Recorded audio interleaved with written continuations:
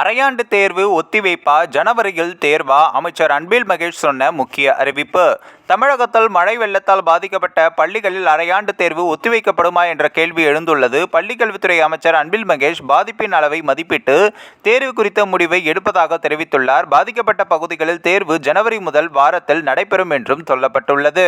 தமிழகத்தில் பள்ளி மாணவர்களுக்கான முக்கிய தேர்வு அரையாண்டு தேர்வாகும். அந்த வகையில் 1 முதல் 5ஆம் வகுப்பு மாணவர்களுக்கு டிசம்பர் 16ஆம் தேதி முதல் 23ஆம் தேதி வரையிலும், அது மட்டுமல்லாது 6 முதல் 12ஆம் வகுப்பு மாணவர்களுக்கு டிசம்பர் 9ஆம் தேதி முதல் 23ஆம் தேதி வரையிலும் தேர்வு நடைபெற உள்ளது.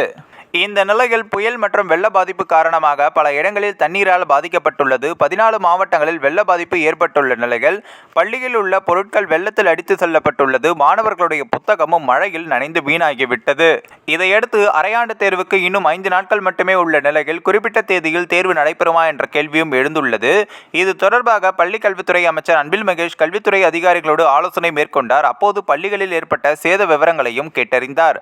மேலும் மழை வெள்ளத்தால் இடிந்துள்ள பள்ளி கட்டிடங்களுடைய நிலையும் பள்ளி தலைமை ஆசிரியரிடம் கேட்டறிந்தார். இந்த நிலையில் அனைத்து பள்ளி மாணவர்களுக்கும் அரையாண்டு தேர்வு ஒத்திவைக்கப்படும் என்ற தகவலும் வெளியானது. இந்த நிலையில் பள்ளி கல்வித்துறை அமைச்சர் அன்பில் மகேஷ் இன்று செய்தியாளர்களிடம் கூறுகையில், தமிழ்நாடு முழுவதும் அனைத்து அரசு பள்ளிகளிலும் அரையாண்டு தேர்வுக்கான பாடத்திட்டங்கள் நடத்தி முடிக்கப்பட்டுள்ளது. டிசம்பர் 2ஆம் தேதியிலிருந்து செய்முறை தேர்வுகள் நடைபெற வேண்டிய காலம். மழையால் பாதிக்கப்பட்டுள்ள பள்ளிகளுடைய மாவட்டங்களில் அரையாண்டு செய்முறை தேர்வு நடத்த முடியாத சூழல் இருந்ததால் ஜனவரி மாதம் முதல் வாரத்தில் செய்முறை தேர்வு நடத்தி முடிக்க கோரியுள்ளோம்.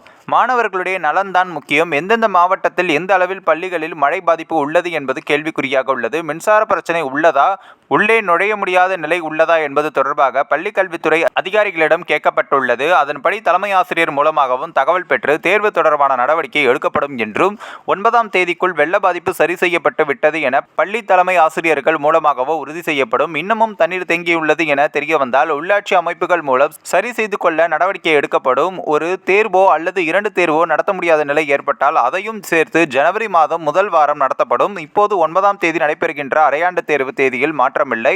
எங்கெல்லாம் நடத்த முடியாத சூழல் உள்ளதோ அங்கு மட்டும் ஜனவரி மாதம் தேர்வு நடத்தப்படும் என்றும் கூறியுள்ளார். இந்த ஒரு வீடியோ குறித்து உங்களுடைய கருத்துக்களை நீங்க மறக்காம கமெண்ட்ஸ்ல சொல்லுங்க. நம்ம ஏஷியாநெட் நியூஸ் தமிழையும் தொடர்ந்து ஃபாலோ பண்ணுங்க.